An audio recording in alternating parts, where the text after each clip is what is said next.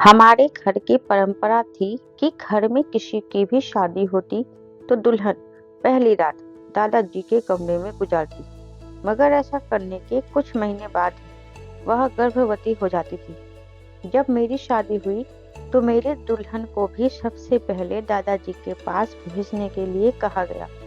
मुझे ये परंपरा बहुत ही अजीब लगती, पर मजबूरन मुझे अपनी पत्नी को दादाजी के कमरे में भेजना पड़ा और राज जानने के लिए खुद कमरे में छुप गया।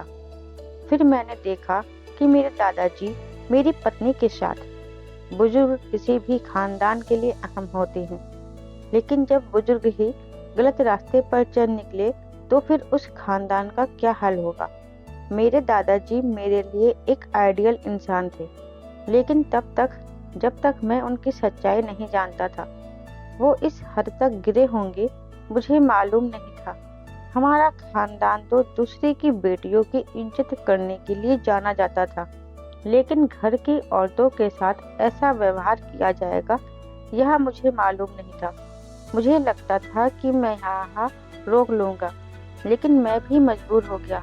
हम पढ़े लिखे अच्छे खानदान से थे, हमारी जॉइंट फैमिली थी, इसलिए हम सब एक ही घर में रहते थे और कभी भी हमारे घर में किसी बात को लेकर झगड़ा नहीं हुआ था।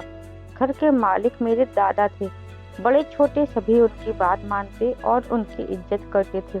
वह भी सबसे बहुत प्यार करते थे और कभी किसी को डांटा नहीं करते थे। लेकिन इन सब के साथ हमारे खानदान में एक अजीब सी परंपरा थी। वो ये थी कि उसे सुनकर अक्सर लोग अपनी बेटी देने से इनकार कर देते थे। इसीलिए हमारे बड़ों ने अब इस परंपरा को मिटाना शुरू कर दिया था। मैं बचपन से देखता रहा था कि हमारे घर में जिसकी भी शादी होती, जो भी लड़की दुल्हन बनकर हमारे घर आती, वह पहली रात दादाजी के कमरे में गुजारती थी। बचपन में तो मुझे इस चीज की बिल्कुल भी समझ नहीं थी, लेकिन जैसे जैसे मैं बड़ा होता गया यह अजीब परंपरा मेरे दिमाग में सवाल पैदा करने लगी। मैंने बहुत कोशिश की कि हकीकत जान सकूं, लेकिन पूरे घर में कोई भी इस बात पर बात करने को तैयार नहीं होता और यह सिलसिला सालों से चला आ रहा था। और हैरत की बात यह थी कि जो भी लड़की दादाजी के कमरे में रात गुजारती तो वह 1 महीने के अंदर ही गर्भवती हो जाती थी। लेकिन मुझे यह बात बहुत ही अजीब लगती थी और मैं बिल्कुल भी इस परंपरा के साथ में नहीं था। हम 5 भाई थे, मैं अपने सारे भाइयों में चौथे नंबर पर था और मेरे बड़े भाइयों की पत्नियों के साथ भी यही किया गया था। लेकिन उन लोगों ने कुछ भी नहीं कहा था, जिस पर मेरी उन सब से बहुत बहस भी हुई थी। लेकिन कोई भी मेरे सवाल का जवाब नहीं देना चाहता था और अब मुझे इस चीज का जवाब चाहिए था, क्योंकि घर में मेरी शादी की बात चल रही थी और मैं जानता था कि मेरे साथ भी यही सब होगा, लेकिन मैं यह नहीं करना चाहता था। इसलिए शादी के दिन मैंने अपने बड़े भाइयों को कह दिया कि मैं अपनी पत्नी को दादाजी के कमरे में नहीं छोड़ूंगा। सबने मुझे बहुत समझाने की बहुत कोशिश की, मगर मैंने किसी की भी बात मानने से इनकार कर दिया। फिर रात में जैसे ही मेरी शादी हुई, दूसरे दिन मैं अपनी पत्नी का हाथ पकड़ते हुए अपने कमरे में चला गया। मुझे लगा कि इसके बाद दादाजी का व्यवहार मेरे लिए बदल जाएगा, लेकिन उन्होंने मुझे एक शब्द भी नहीं कहा। उनका व्यवहार नॉर्मल ही था। लेकिन हमारी शादी को अब 2 साल हो गए और अभी तक हमें कोई बच्चे की उम्मीद नहीं थी। डॉक्टर के पास गए तो सभी टेस्ट सही थे, फिर भी कुछ नहीं हुआ। मेरे भाई मुझे अक्सर कहते थे कि तुमने गलत किया, अब सारी जिंदगी बच्चे के लिए तरसोगे। लेकिन मुझे उनकी बातें सुनकर गुस्सा आ जाता था कि मैं बच्चे के लिए एक बुरा पति बन जाऊं और अपने हाथों से अपनी पत्नी को किसी दूसरे कमरे में भेज दूं। भले ही वह मेरे दादाजी थे, लेकिन वो मेरी पत्नी के लिए कह रहे थे और मैं कभी भी इतना बेकार नहीं हो सकता था कि अपनी पत्नी को अपने हाथों उनके पास भेज दूं। मेरी पत्नी को भी यह परंपरा बिल्कुल पसंद नहीं थी और उसको बहुत अजीब लगता था। लेकिन जैसे जैसे समय गुजरता जा रहा था, लोगों की बातें हमें डिप्रेशन में डालती जा रही थी, क्योंकि हमारे खानदान में सबके बच्चे थे, सिर्फ हम ही थे जो इतने सालों से बच्चे नहीं किए थे और अभी दूर दूर तक कोई उम्मीद भी नहीं थी।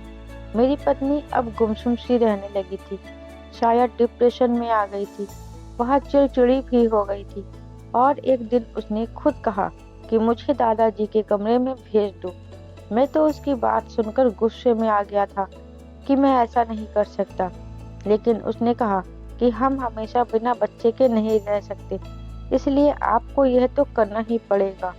मैं उसकी बात से बिल्कुल भी सहमत नहीं हुआ और मैंने उसे डांटकर चुप करा दिया और बोला कि अगर बच्चा होना होगा तो भगवान हमें दे देगा, लेकिन वक्त गुजारने के साथ साथ उसके बच्चे के लिए बेसब्री बढ़ती जा रही थी और कोई उम्मीद न आने की वजह से मैं भी अंदर ही अंदर घायल होता जा रहा था कि जहां बाकी सब ने अपनी बीवी को टाइम दे दिया और शादी की पहली रात दादाजी के कमरे में भेज दिया, यहाँ तक कि मेरी माँ और बड़ी मम्मी, मेरी छोटी मम्मी तक एक रात दादाजी के पास गुजार चुकी हैं, तो मेरी बीवी ने अगर गुजार ली तो उससे क्या हो जाएगा। आखिरकार बहुत मजबूर होकर एक दिन मैंने दादाजी से कहा, मैं आज रात अपनी पत्नी को आपके कमरे में छोड़ कर जाऊंगा। उन्होंने कहा कि ठीक है और उसके बाद वह कुछ भी ना बोले। रात हुई तो मैंने सोच लिया कि मैं पहले ही जाकर कमरे में छुप जाऊंगा और देख लूंगा, लेकिन उसी रात मेरे दोस्त का एक्सीडेंट हो गया और मुझे इमरजेंसी में हॉस्पिटल जाना पड़ा। क्योंकि अब मैं दादाजी से बात कर चुका था, इसलिए उस रात को मेरी पत्नी दादाजी के कमरे में गई थी। दूसरे दिन जब मैं वापस आया तो मेरी पत्नी अपने कमरे में ही थी। मैंने उससे पूछा कि रात को क्या हुआ। उसने कहा कि मुझे तो कुछ भी मालूम नहीं है कि क्या हुआ, क्योंकि जब मैं दादाजी के कमरे में गई तो उन्होंने मेरे सर पर हाथ रखा और उसके बाद कुछ अजीब सी खुशबू आई और मुझे कोई होश ही नहीं रहा। सुबह जब होश आया तो मैं उनके बिस्तर पर सो रही थी और दादाजी सोफे पर बैठकर अखबार पढ़ रहे थे। उसके बाद उठकर मैं बाहर आ गई। उसकी बात सुनकर मुझे अजीब सा महसूस हुआ था कि दादाजी को मेरी पत्नी को बेहोश करने की क्या जरूरत थी, क्योंकि मैंने खुद अपनी खुशी से अपनी पत्नी को भेजा था। अब तो यह बात मुझे और गलत लगने लगी, लेकिन कोई भी कुछ बताने को तैयार नहीं था। मैंने दादाजी से भी सवाल किया, लेकिन उन्होंने कहा कि अभी वक्त नहीं है, इसका वक्त आया तो मैं इसका जवाब तुम्हें जरूर दूंगा। लेकिन अपनी पत्नी को खुश देखकर मैं भी चुप हो गया। फिर सच में 1 महीने बाद ही मेरी पत्नी गर्भवती हो गई। अब तो मुझे अजीब सा महसूस होने लगा कि यह बच्चा मेरा भी है या नहीं, लेकिन मेरी पत्नी इस बच्चे को पाकर बहुत खुश थी। उसको खुश देखकर मैं भी खुश होने लगा था, लेकिन सच मानो मैं दिल से बिल्कुल भी खुश नहीं था। लेकिन ये बात अपनी पत्नी के सामने कभी जाहिर नहीं होने दिया, क्योंकि इससे उसकी खुशी खराब हो सकती थी। मैंने सोच लिया था कि मैं बच्चा पैदा होने के बाद उसका डीएनए टेस्ट करवा लूंगा, फिर उसकी रिपोर्ट के साथ दादाजी से सवाल करूंगा। वह वक्त मेरे लिए बहुत ही मुश्किल था, क्योंकि जब भी मैं अपने बच्चे की खुशी महसूस करके खुश होने लगता तो वह एक रात मेरे दिमाग में आ जाती जो मेरी पत्नी ने दादाजी के साथ गुजारी थी, और मैं चाह कर भी खुश नहीं रह पा रहा था और ठीक तरह से कोई भी काम नहीं कर पा रहा था। मैं बहुत ही परेशान था। किसी तरह वक्त खत्म हुआ और मुझे भगवान ने चांद जैसा बेटा दिया। ये खुशी इतने सालों के बाद मिली थी, इसलिए सभी बहुत ज्यादा खुश थे और सबसे ज्यादा शायद मेरे दादाजी खुश थे, क्योंकि अपने पूरे बच्चों में उन्हें सबसे ज्यादा मुझसे प्यार था और मेरे बच्चे की खुशी शायद उन्हें सबसे ज्यादा थी। मेरी आंखों में शक की पट्टी बंधी हुई थी और मैं उनकी खुशी को भी शक की निगाह से देख रहा था। जब हमारा सारा खानदान खुशियां मनाकर चले गया तो एक दिन मैंने चुपके से बच्चे को उठाया और निकल गया। मेरी पत्नी ने पूछा कि कहाँ जा रहे हो, तो मैंने कहा घुमा कर आता हूँ। अब बच्चे को हॉस्पिटल लेकर गया और जाकर अपना और बच्चे का डीएनए टेस्ट करवाया। मेरे दिमाग में कहीं ना कहीं यह बात जरूर है कि यह बच्चा मेरा नहीं है, और बस यही चीज मुझे दिल से खुशी नहीं दे पा रही थी और मुझे टेस्ट करवाना पड़ा, जिसका रिपोर्ट 3 दिन बाद आना था। 3 दिन मैंने कैसे गुजारे वह मुझे ही मालूम था। रिपोर्ट जिस दिन मिलने वाली थी उस दिन सुबह से मेरे दिल का बुरा हाल हो रहा था। बार बार एक सवाल मेरे दिमाग में आ रहा था कि अगर यह बच्चा मेरा नहीं हुआ तो मैं किस मुंह से उसको अपना बच्चा कबूल कर लूंगा और दादाजी से क्या सवाल करूंगा, जबकि मैं खुद अपनी पत्नी को उनके कमरे में छोड़कर आया था। मैं रिपोर्ट लेने गया तो रिपोर्ट पकड़ते हुए मेरा बीपी हाई हो गया। मैं रिपोर्ट लेकर घर आ गया। मुझ में हिम्मत नहीं थी कि मैं वहां खोलकर देखूं तो उसमें क्या लिखा है।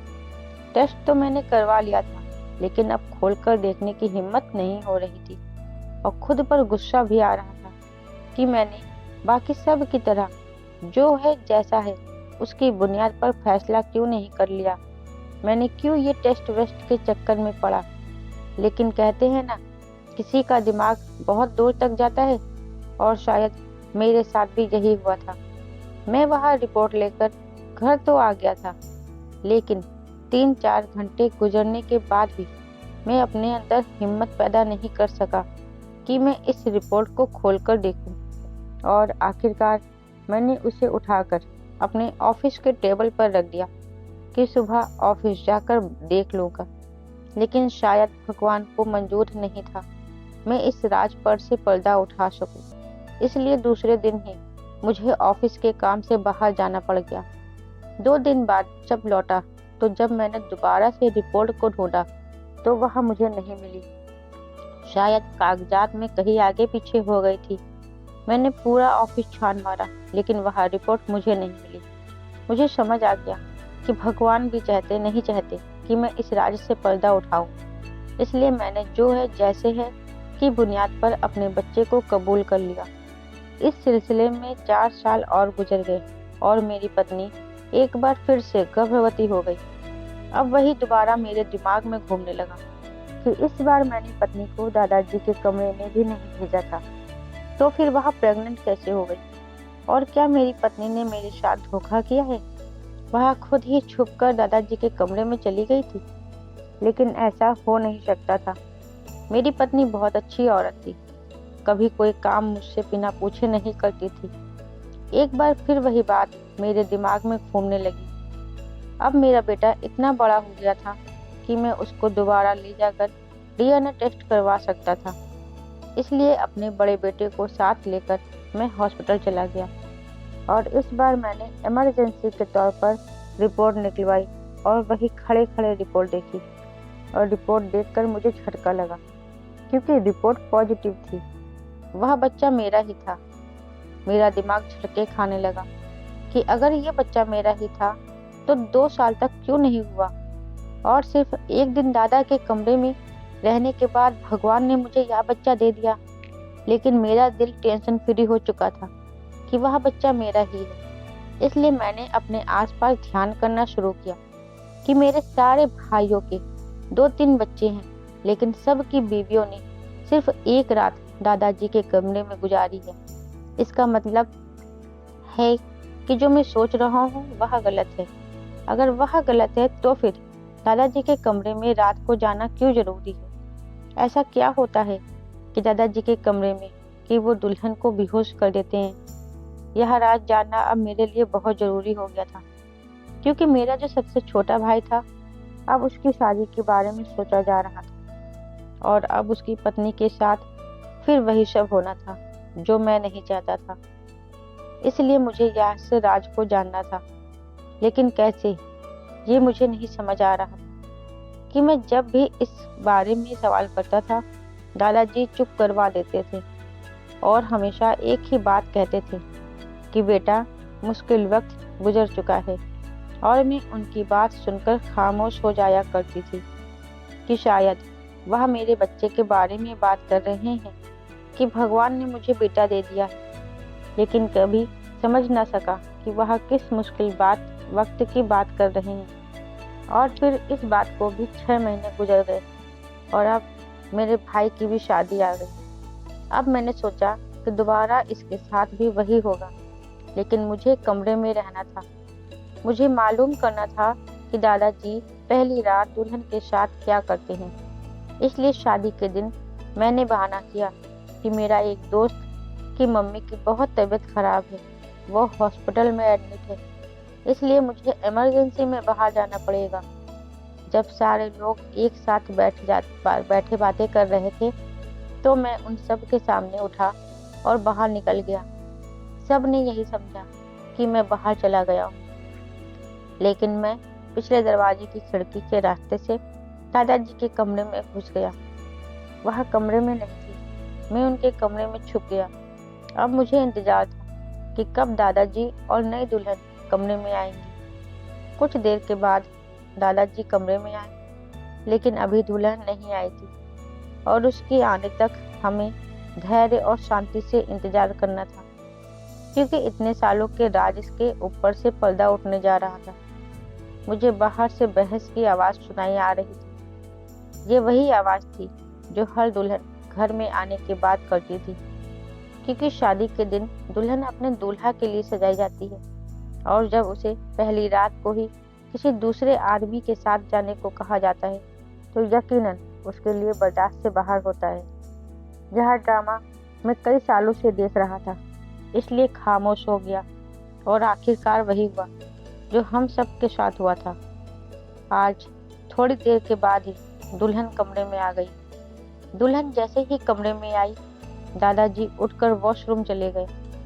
मुझे दुल्हन को देखकर उस पर तरस आ रहा था। वह बुरी तरह घबराई हुई थी और बहुत रो रही थी। थोड़ी देर के बाद दादाजी बाहर आए और उन्होंने आकर दुल्हन के सर पर हाथ रखा और कहा कि बेटी घबराओ मत, कुछ नहीं होगा। और बातें करने के साथ ही दादाजी ने जेब में हाथ डाला, और जब निकाला तो उसके हाथ में रुमाल था और उन्होंने वह उसकी नाक पर रख दिया। 1 मिनट के अंदर वह दुल्हन बेहोश हो गई। यहाँ तक तो मुझे पहले से ही मालूम था। अब मुझे इंतजार था कि दादाजी क्या करते हैं। उन्होंने दुल्हन को आराम से बिस्तर पर लिटाया और उसके ऊपर कंबल डाल दिया, लेकिन उसके बाद जो मैंने देखा, उसने मेरे पाँव के नीचे से जमीन निकाल दी। मैं चुपचाप कमरे में बैठा रहा। बड़ी मुश्किल से वक्त निकला। सुबह के करीब दादाजी की आंख लगी तो मैं खामोशी से खिड़की के रास्ते बाहर निकल गया। लेकिन जो कुछ मैंने देखा, उसके बाद दादाजी से सवाल करना तो बनता था, लेकिन मुझे यह डर था कि अगर मैंने दादाजी से सवाल किया तो उन्हें मालूम हो जाएगा कि मुझे उनका राज मालूम हो गया है। लेकिन बार बार मैं सोचता हूँ, ऐसी क्या बात थी कि दादाजी को यह सब करना पड़ा। और मैंने बहुत बार बातों ही बातों में उनसे पूछने की कोशिश भी की, लेकिन हमेशा दादाजी बात टाल देते थे। लेकिन इस बार दुल्हन को 6 माह गुजरने के बाद भी बच्चा ना हुआ। अब तो सब परेशान हो गए कि ऐसा क्या हुआ, लेकिन सभी ने इंतजार किया कि भगवान की तरफ से देर हो सकती है। दादाजी ने कहा कि मुझे लगता है कि यह राज कोई और भी जान चुका है। सब एक दूसरे की शक्ल देखने लगे। तो दादाजी ने कहा कि इस घर में कोई इंसान यह राज जान चुका है। अगर यह बात किसी और को मालूम ना होती तो अब तक बहू गर्भवती हो चुकी होती। यह सुनकर मुझे अजीब लगा कि दादाजी को कैसे मालूम हो गया कि यह राज कोई दूसरा भी जान चुका है। लेकिन मैं खामोश रहा। मैंने बिल्कुल भी बात नहीं की। कुछ महीने गुजरे तो दादाजी बीमार रहने लगे। एक दिन उन्होंने हम सबको बुलाया और कहा कि मुझे सच सच बता दो कि तुम लोगों में से कौन इस राज को जान चुका है कि पहली रात दुल्हन मेरे कमरे में क्यों आती है। क्योंकि मुझे लगता है कि मैं ज़्यादा दिन नहीं जी सकूंगा, और जो आदमी इस राज को जान चुका है, मैं उससे कोई बात करना चाहता हूँ। तो मुझे लगा कि सवाल करने का यही वक्त है। मैंने कहा, दादाजी मैं ये राज जानता हूँ। दादाजी ने कहा कि बाकी सब बाहर जाए और तुम मेरे पास बैठो। मैंने सबके जाने के बाद दरवाज़ा बंद कर दिया और दादाजी ने पूछा कि सबसे पहले तुम मुझे यह बताओ कि तुम ये राज कैसे जानते हो। मैंने उनको सच्चाई बता दी कि मैंने छुपकर सब कुछ देखा है।